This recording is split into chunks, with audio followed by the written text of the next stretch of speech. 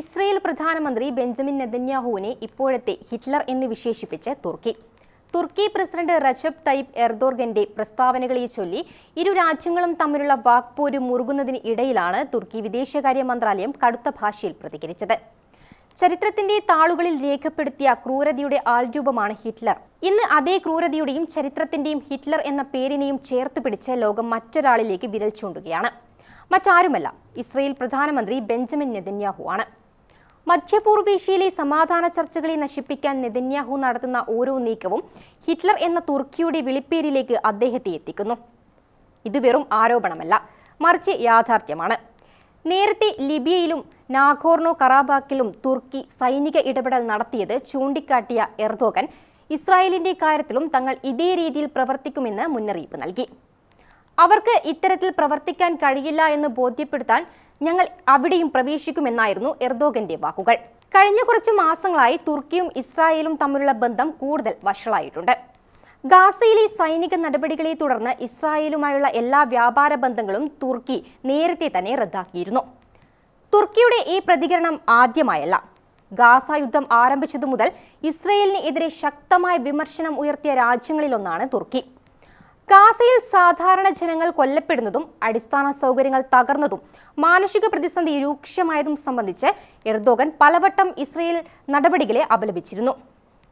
അതുകൊണ്ട് തന്നെ നെതന്യാഹുവിന് എതിരായ ഇപ്പോഴത്തെ പരാമർശം ഒരു ഒറ്റപ്പെട്ട സംഭവം എന്നതിലുപരി നീണ്ടുനിൽക്കുന്ന നയതന്ത്ര സംഘർഷത്തിന്റെ തുടർച്ചയായാണ് കാണേണ്ടത്.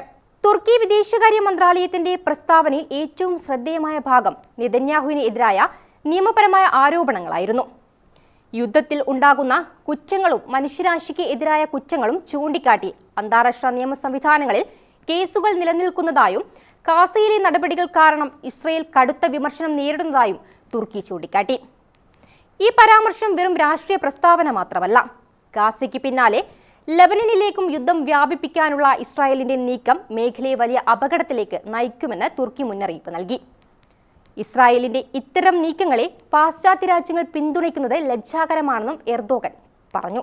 തുർക്കിയുടെ ഈ പ്രസ്താവനയ്ക്ക് എതിരെ ഇസ്രായേൽ വിദേശകാര്യ മന്ത്രാലയം രംഗത്തെത്തിയിട്ടുണ്ട്. എർദോഗൻ സദ്ദാം ഹുസൈന്റെ പാതയിലാണ് സഞ്ചരിക്കുന്നത് എന്നും അതിന്റെ ഫലം എന്തായിരിക്കുമെന്ന് അദ്ദേഹം ഓർക്കണമെന്നും ഇസ്രായേൽ തിരിച്ചടിച്ചു. ഇരു രാജ്യങ്ങളും തമ്മിലുള്ള വാക്പോരിൽ മിഡിൽ ഈസ്റ്റിൽ വലിയ സംഘർഷ സാധ്യതയാണ് നിലവിൽ ഉയർത്തുന്നത്. അതേസമയം നെതന്യാഹുവിനും ഈ വിഷയത്തിൽ രാഷ്ട്രീയ നിലപാടുകളുണ്ട്. ഇസ്രായേലിനകത്ത് അഴിമതി കേസുകളും ഭരണവിരുദ്ധ പ്രതിഷേധങ്ങളും അദ്ദേഹത്തെ സമ്മർദ്ദത്തിലാക്കിയിരിക്കുകയാണ്. സുരക്ഷാ സാഹചര്യം വിലയിരുത്തി വിചാരണ നടപടികൾ വൈകിപ്പിക്കാൻ ശ്രമിക്കുന്നു എന്ന ആരോപണങ്ങളും നിലനിൽക്കുന്നു. അതിനാൽ പുറത്തുള്ള സുരക്ഷാ ഭീഷണികളെ മുൻനിരയിൽ കൊണ്ടുവരുന്നത് അദ്ദേഹത്തിന് ഗുണകരമാകും എന്ന് നിരീക്ഷകർ ചൂണ്ടിക്കാട്ടുന്നു. ഇറാൻ, ഹിസ്ബുള്ള, ഹമാസ്, തുർക്കി എന്നിവരെ വിമർശിക്കുന്ന ശക്തമായ സുരക്ഷാ രാഷ്ട്രീയം അദ്ദേഹത്തിനുണ്ട്. ഇറാനും അമേരിക്കയും തമ്മിലുള്ള സമാധാന ചർച്ചകളാണ് ഇപ്പോഴത്തെ വിവാദത്തിന്റെ പ്രധാന കാരണം. വർഷങ്ങളായി പരസ്പര വൈരുദ്ധ്യത്തിൽ നിൽക്കുന്ന ഈ രണ്ടു രാജ്യങ്ങൾ തമ്മിൽ വെടിനിർത്തൽ ധാരണയെങ്കിലും ഉണ്ടാകുമെങ്കിൽ അത് മുഴുവൻ മേഖലയുടെയും രാഷ്ട്രീയത്തെ തന്നെ മാറ്റാൻ സാധിക്കും. അമേരിക്കൻ പ്രസിഡന്റ് ഡൊണാൾഡ് ട്രംപും ഇറാനും തമ്മിൽ ഉണ്ടായേക്കാവുന്ന ധാരണയെക്കുറിച്ച് പലതരത്തിലുള്ള റിപ്പോർട്ടുകൾ പുറത്തുവരുന്നുണ്ട്. അത്തരമൊരു കരാർ ഉണ്ടാകുന്നത് ഇസ്രായേലിന്റെ സുരക്ഷാ സമീപനത്തെ ബാധിക്കും എന്നാണ് ചിലർ വിലയിരുത്തുന്നത്. ഇതിനിടെ ലെബനനിലെ സ്ഥിതിഗതികളും ആശങ്കാജനകമാണ്. ഹിസ്ബുള്ളയ്ക്ക് എതിരെ ഇസ്രായേൽ ആക്രമണം തുടരുമ്പോൾ നൂറുകണക്കിന് ആളുകൾ കൊല്ലപ്പെട്ടു എന്ന റിപ്പോർട്ടുകളും പുറത്തുവരുന്നുണ്ട്. ഗാസയ്ക്ക് ശേഷം ലെബനനിൽ യുദ്ധം നടക്കാനുള്ള സാധ്യതയുമുണ്ട്. ഇതിൽ ലെബനനിലെ ജനങ്ങൾ ആശങ്കയിലാണ്. ഇറാൻ അമേരിക്ക ചർച്ചകൾ ഒരു വശത്ത് നടക്കുമ്പോൾ മറ്റൊരു വശത്ത് ഇസ്രായേൽ ഹിസ്ബുള്ള ഏറ്റുമുട്ടൽ രൂക്ഷമാകുന്നത് സ്ഥിതിഗതികളെ കൂടുതൽ സങ്കീർണമാക്കുന്നു. എന്നാൽ ഈ വാക്പോരിന് പിന്നിൽ അപകടമുണ്ട്. മധ്യപൂർവേഷ്യയിലെ ഇപ്പോൾ നടക്കുന്ന ഓരോ നീക്കവും യുദ്ധമേഖലയിലെ യഥാർത്ഥ സംഭവങ്ങളുമായി ബന്ധപ്പെട്ടു നിൽക്കുന്നു. ഒരു ഭാഗത്ത് സമാധാന ചർച്ചകൾ നടക്കുമ്പോൾ മറ്റേ ഭാഗത്ത് ബോംബാക്രമണങ്ങളും പ്രത്യാക്രമണങ്ങളും നടക്കുന്നു. അതിനാൽ ഇത്തരം പരാമർശങ്ങൾ വെറും മാധ്യമ ശ്രദ്ധ നേടാനുള്ള രാഷ്ട്രീയ വാചകങ്ങൾ മാത്രമല്ല, മേഖലയിലെ അടുത്ത നീക്കങ്ങൾ സൂചിപ്പിക്കുന്ന സിഗ്നലുകളായും കണക്കാക്കാം. ഇസ്രായേലും തുർക്കിയും ഒരു കാലത്ത് സൈനിക വാണിജ്യ ബന്ധം പുലർത്തിയ രാജ്യങ്ങളായിരുന്നു. എന്നാൽ ഗാസയും പലസ്തീൻ വിഷയവും കഴിഞ്ഞ വർഷങ്ങളിൽ ബന്ധം കൂടുതൽ വഷളാക്കി. ഇപ്പോഴത്തെ പരസ്പര ആരോപണങ്ങൾ ആ ബന്ധം പഴയ നിലയിലേക്ക് മടങ്ങുന്നത് അത്ര എളുപ്പമല്ല എന്ന് വ്യക്തമാകുന്നു.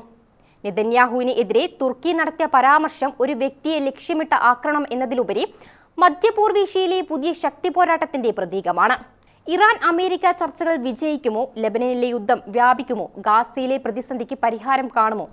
ഇസ്രയേലിനകത്തെ രാഷ്ട്രീയ മാറ്റങ്ങൾ എന്താകും? ഈ എല്ലാ ചോദ്യങ്ങളുടെയും ഉത്തരങ്ങൾ വരാനിരിക്കുന്ന ആഴ്ചകളിൽ മേഖലയുടെ ഭാവി നിർണ്ണയിക്കും.